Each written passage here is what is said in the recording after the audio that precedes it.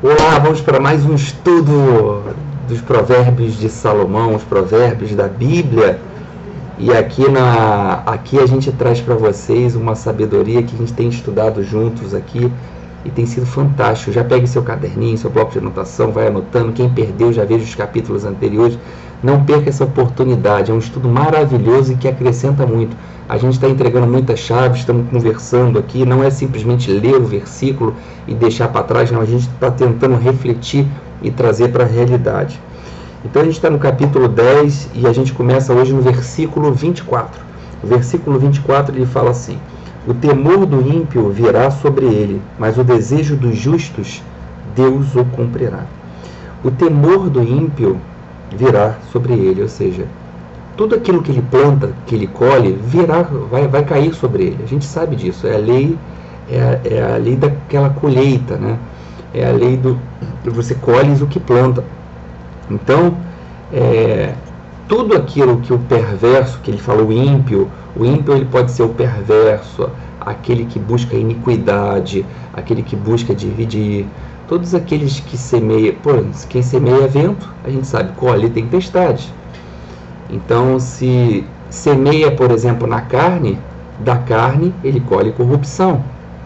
Se ceifa situações, frutos amargos, ele vai ceifar frutos amargos da sua própria semeadura. Semeadora o quê? Insensata. Então, é o que está falando aqui nessa sabedoria. E o desejo dos justos Deus o cumprirá. Aquele que é justo, aquele que caminha dentro da justiça divina, que cumpre seus mandamentos, que ouve Deus dentro de você, que cuida dos seus princípios e valores, do seu caráter, é o justo, aquele que é a busca do equilíbrio constante. Deus cumprirá seus desejos. Então, se mantenha íntegro, tente se encontrar sempre a integralidade em todas as situações que você faça na sua vida, para que você não descambe como um ímpio e depois tudo recaia sobre você. Quantos passos errados já demos, quantos falsos caminhos já entramos. Muitos de nós já de alguma forma já adquirimos certas experiências pelo caminho, e eu tenho certeza que ninguém quer voltar para aquele caminho. Então, que a gente possa caminhar justamente dentro do equilíbrio, para que nossos caminhos sejam sempre iluminados. Podem ser difíceis? Claro, podem ser difíceis, mas com a fé inabalável, a esperança em dia, os nossos sonhos brilhando sobre nós, a gente consegue. Versículo 25 fala assim: como passa a tempestade, assim desaparece o ímpio, mas o justo tem perpétuo fundamento. Ou seja, aqui ele fala da firmeza do fundamento, do justo. Porque como passa a tempestade, assim desaparece o ímpio. Então, a tempestade ela pode ser intensa na sua vida, perigosa, provoca grandes desastres por onde passa, mas passa e desaparece.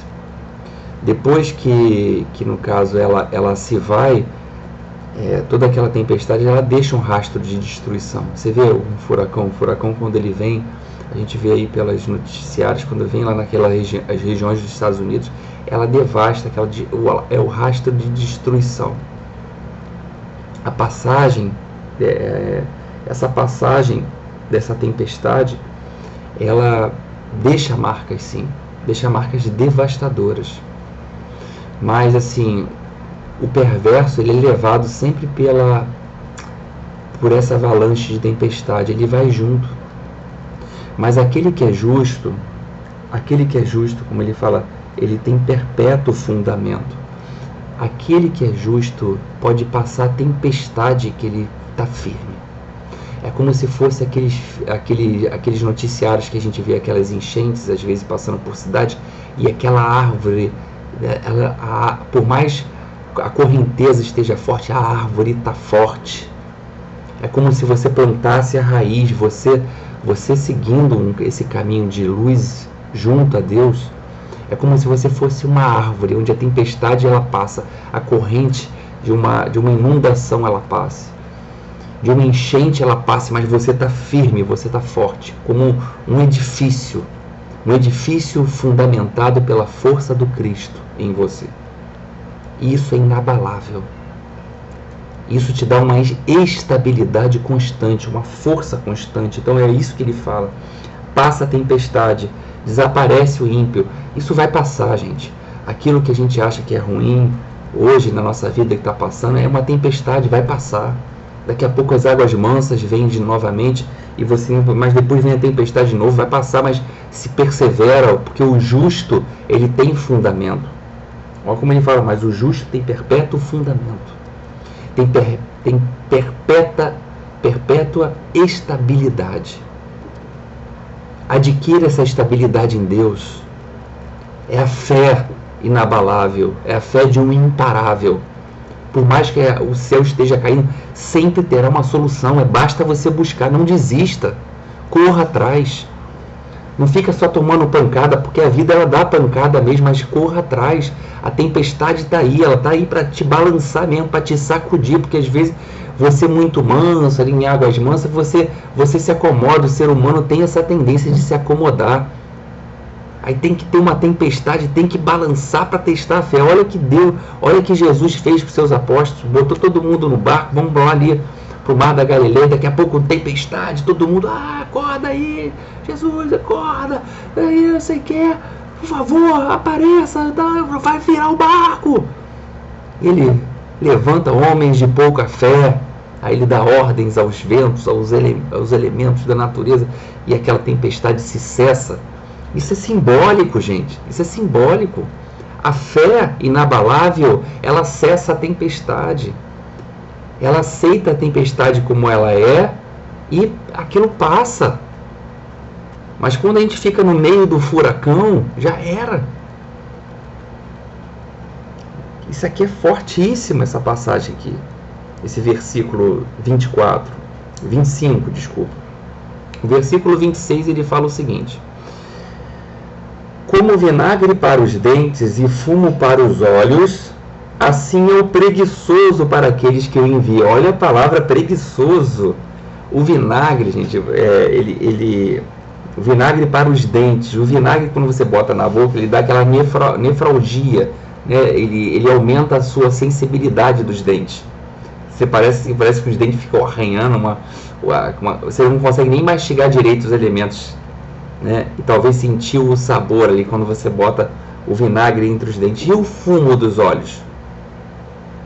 Quando, por exemplo, a fumaça nos seus olhos, quando nossos olhos são atingidos pela fumaça, tende o quê? Dá um incômodo danado, a gente perde a capacidade de enxergar, fica aquele negócio nebuloso, um desconforto enorme.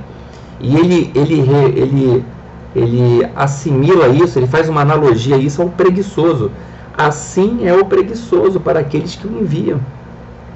A preguiça, gente, é algo abominável, é algo que nos tira a energia, nos tira o nosso tônus vital.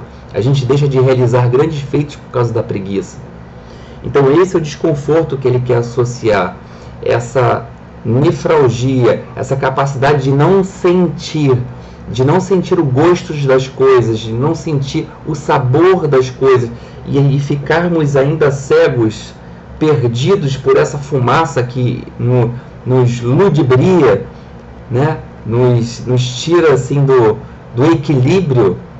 Isso ele assimila isso tudo ao preguiçoso que não vai sentir o sabor da vida, que não vai sentir, não mastiga bem aquilo que vem para ele.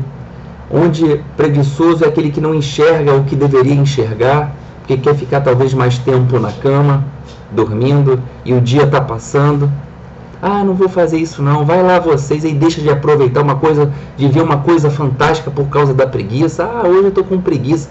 Não fale isso, gente. Não fale isso, vá lá, saia da zona de conforto, vá, levante. O preguiçoso, ele é o amante do conforto. Pode escrever isso aí, ó. O preguiçoso é o amante do conforto. O preguiçoso é o inimigo do trabalho.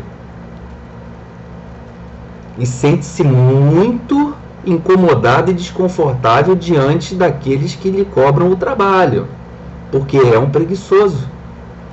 Então olha que associação fantástica que ele faz aqui, como o vinagre para os dentes, que deixa sensível e não deixa sentir direito o mastigar, o fumo, a fumaça que te ludibria, que deixa você desorientado, assim é o preguiçoso.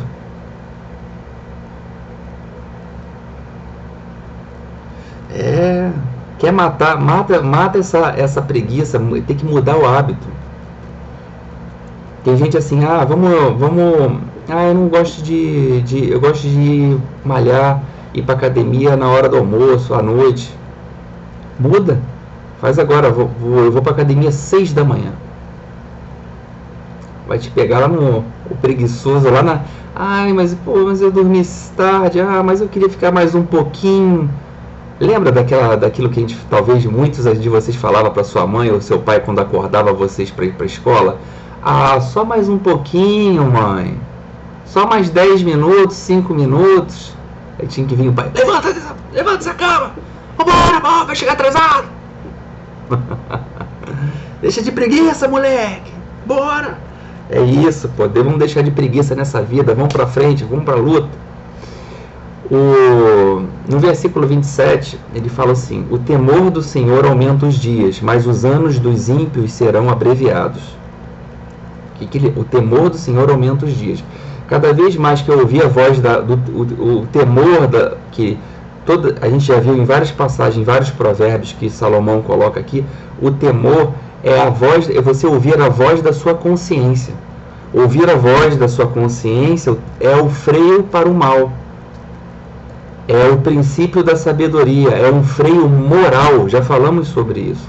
Então o temor a Deus, que ele bota assim, o temor do Senhor, a gente pode colocar assim, o temor um freio moral que está dentro de nós, de acordo com a nossa experiência de vida, que a gente adquiriu com a própria sabedoria, que nos dá esse freio. Então ele fala, o temor do Senhor aumentará os dias. Quanto mais eu ser prudente, me frear diante das tentações, diante das situações que queiram me tirar do rumo, o Senhor aumenta o meu dia. Isso significa o quê? Uma longevidade abençoada. Olha que forte isso. Então, assim, o temor do Senhor, que é colocado aqui, é como se fosse uma sirene que acorda a consciência, te acorda. Ô consciência, desperta. Então, o temor do Senhor aqui, que é a consciência nossa adquirida pela experiência, nos livra de lugares perigosos, nos livra de pântanos fedorentos, nos livra de atitudes suspeitas, de pessoas sedutoras, de pessoas que querem nos ludibriar, nos enganar, nos livra dos perversos, dos ímpios.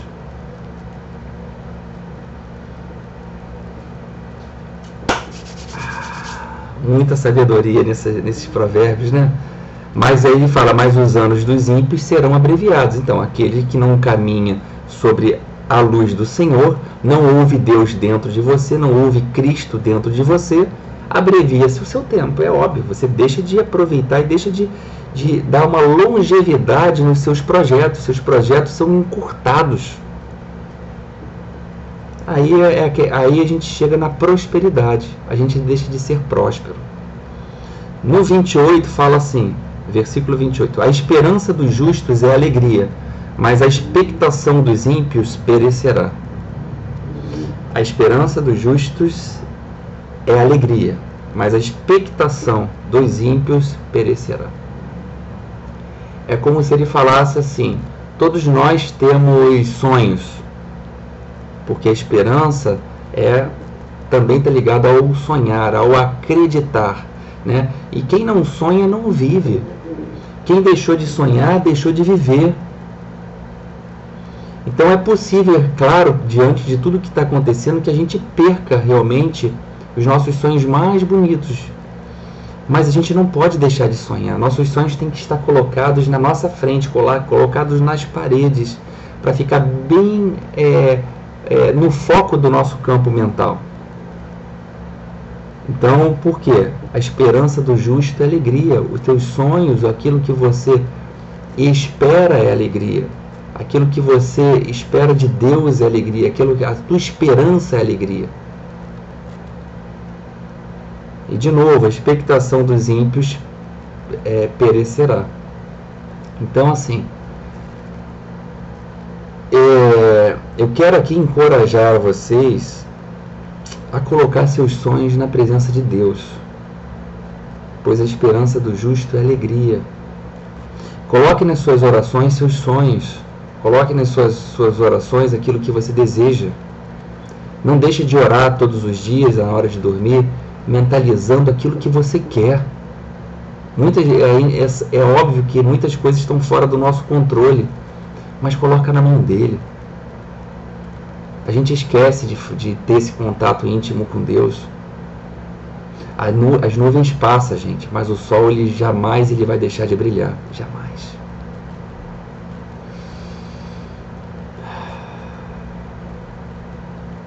É isso. Vamos para o próximo aqui, que é o 29. O caminho do Senhor é refúgio para os retos, mas é ruína para os que praticam a iniquidade. Iniquidade é ir contra a moral, contra as situações de Deus, né? E ele fala da fortaleza, porque o caminho do Senhor é refúgio, é fortaleza para os retos, mas é ruína para os que praticam iniquidade.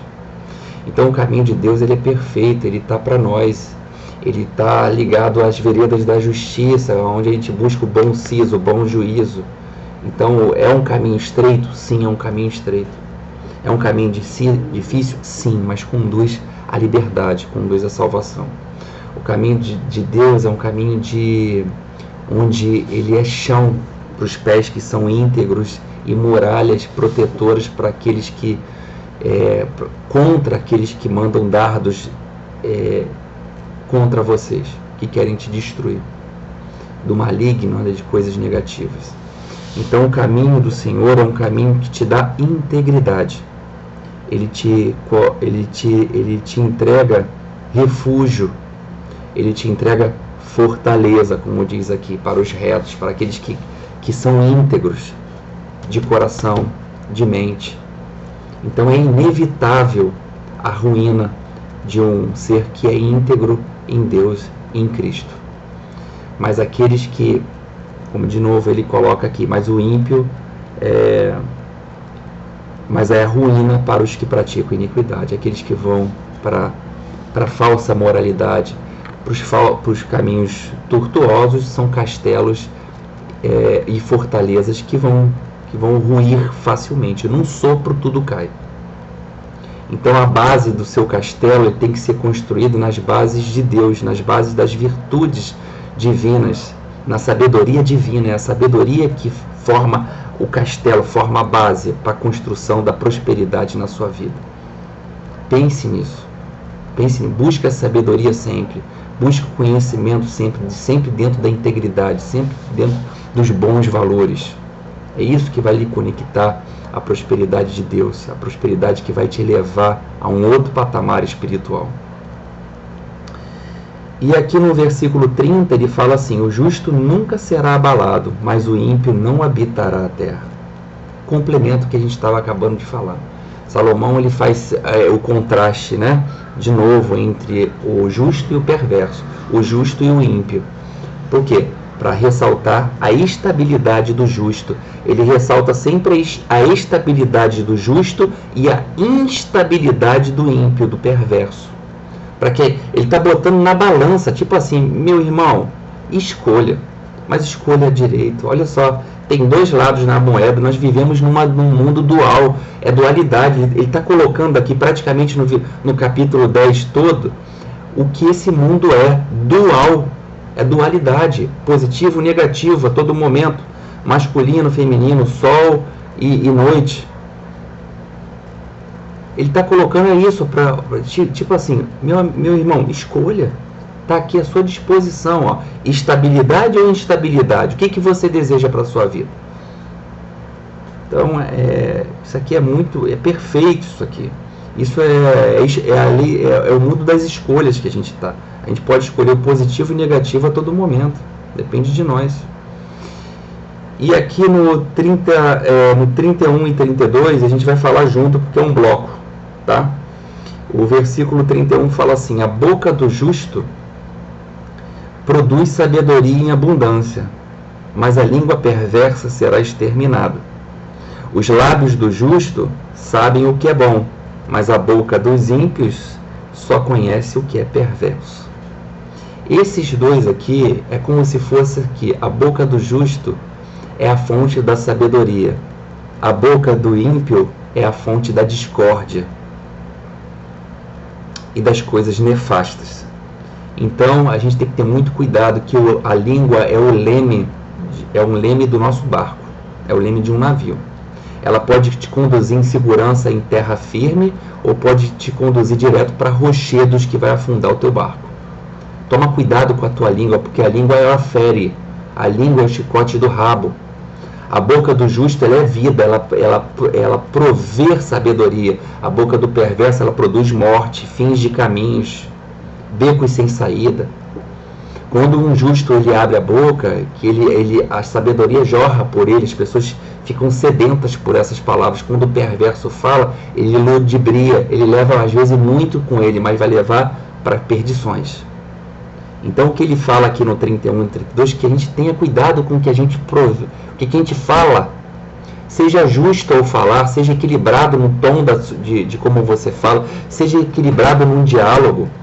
Pense aqui, antes de você soltar alguma coisa, pense aqui, guarde aqui um pouco, peraí, deixa eu elaborar melhor essas palavras, porque eu sei que se eu falar dessa forma, eu vou destrambelhar aqui o ambiente, vai ser uma língua perversa. É a boca que eu perverto a situação, eu quero isso para a minha vida? Não, ninguém quer isso para a sua vida. Então, pensa bem no que você fala, pensa bem no que você profere pelas suas palavras, para você não magoar, você não machucar. E aí você não adquirir algo que você vai ter que lidar com isso depois. Porque isso pode ficar talvez para a sua vida inteira, você pode deixar marcas. É aquela tempestade que passa e vai deixando marcas. E não tem como, as marcas ficam, elas são eternas. Então tenha cuidado com isso. Salomão está alertando bastante aqui, tenha cuidado com as palavras, que a sua boca seja a boca dos justos.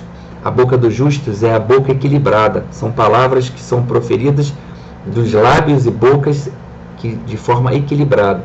Se você transfere equilíbrio da boca para fora, tudo à sua volta também se torna equilíbrio. Pensa nisso. Se você quer equilíbrio na sua vida, faça um jejum aí, comece a fazer um jejum de palavrão. Comece a dosar muito bem a sua impetuosidade, a sua energia na perversão, na perversidade. Segure um pouco mais. Eu sei que às vezes num momento a gente não consegue controlar, mas para um pouco depois, mesmo que já falou, reflita e verifique, será que vale a pena eu proferir palavras como essa? Pense nisso que eu estou falando para vocês. Então, nós encerramos o capítulo 10 e a gente sempre, quando encerra os nossos capítulos, a gente encerra com uma oração para condensar tudo o que nós, praticamente ou em parte, tudo aquilo que foi esse capítulo para nós. Então vamos fechar nossos olhos. Tome uma posição aí na cadeira de vocês, onde vocês possam acomodar bem a coluna. Respira profundamente, solte o ar devagar. Pode deixar suas mãos repousadas sobre a coxa. Damos graças ao Senhor, porque o Senhor é bom. Louvado seja nosso Senhor Jesus, na sua infinita bondade e misericórdia. Nesse instante divino e sagrado que nos colocamos aqui, de joelhos perante Ti, Senhor, rogamos a sabedoria divina sobre a nossa vida. Pedimos que nesse momento a luz da sabedoria traga as bênçãos devidas à nossa vida.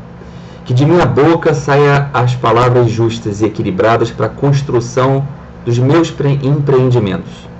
Que eu possa edificar a vida de muitos através das minhas palavras e que eu possa refletir bastante dos meus tropeços. Que eu possa ter o discernimento e a humildade de reconhecer minhas falhas, porque eu estou aqui para reconhecer, para perdoar, para ressignificar, para regenerar para reformar. Eu sei que erro, Senhor, eu sei que peco. Sou falho, isso eu reconheço. Mas eu quero mudar. Eu quero me tornar a partir de agora um homem, uma mulher mais sábia, um homem mais sábio. Porque eu tenho sua consciência me avisando. O seu temor brilha em mim como um freio moral. E a partir de agora isso será um alerta para todos os momentos da minha vida. A partir de hoje, essa consciência ela acionará como um alarme. Quando algo negativo que queira me tirar do caminho, Senhor, faça com que ela apite dentro de mim, que ela sinalize, me mostrando que eu fique em alerta, que eu pense e repense, que eu não tome uma decisão apenas no impulso, que eu tome dentro da sua sabedoria que está no seu castelo, também que eu faço parte. Que nos momentos de dificuldade, a esperança dos justos possa me tomar, me conectando à sua fé para continuar a perseverar na vida. Eu sou um vencedor. Eu sou uma vencedora e por isso eu não caio fácil, porque eu tenho a sua fé em mim, nos meus atos, no meu comportamento, na minha voz.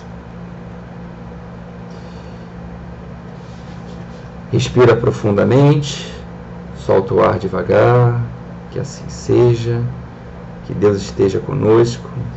Esfrega suas mãos, respira profundamente, solta o ar devagar.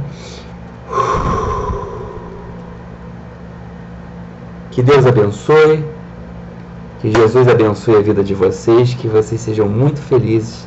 E amanhã estaremos novamente aqui para iniciar o capítulo 11. Deixe seus comentários. Gratidão aí por mais um tempo com vocês. Vamos que vamos e tamo junto.